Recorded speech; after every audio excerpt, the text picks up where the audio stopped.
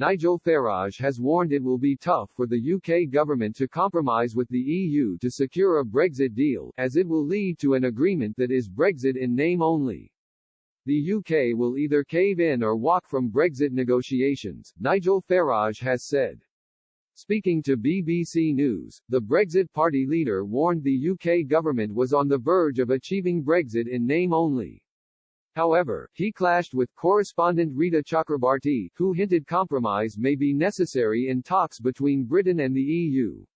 She said, "The way in which you speak is as if you think it is a choice between either caving in or just leaving without a deal. I mean, this is the point of negotiations, isn't it?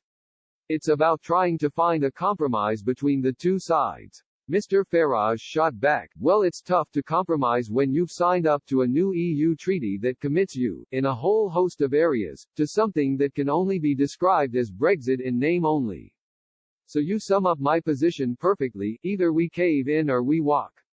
I think that's exactly where we are right now." The former MEP also had some stark words for Boris Johnson.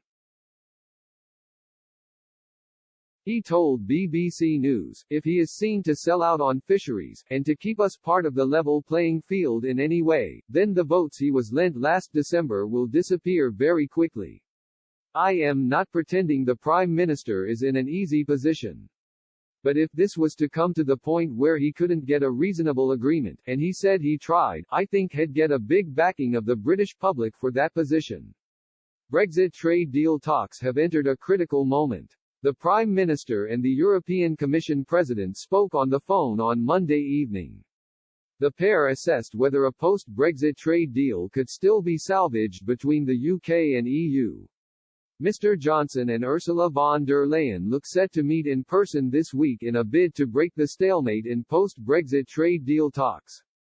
In a joint statement following their talks, they said, "As agreed on Saturday, we took stock today of the ongoing negotiations. We agreed that the conditions for finalizing an agreement are not there, due to the remaining significant differences on three critical issues: level playing field, governance and fisheries. We asked our chief negotiators and their teams to prepare an overview of the remaining differences to be discussed in a physical meeting in Brussels in the coming days."